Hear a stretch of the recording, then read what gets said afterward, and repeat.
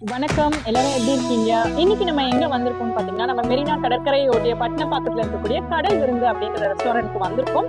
இங்க நமக்கு விதவிதமான சீ ஃபுட் டிஷஸ் நமக்கு இங்க அவைலபிள் இருக்கு. வாங்க என்னென்ன ஐட்டம் செஞ்சு வச்சிருக்காங்கன்னு பார்க்கலாம்.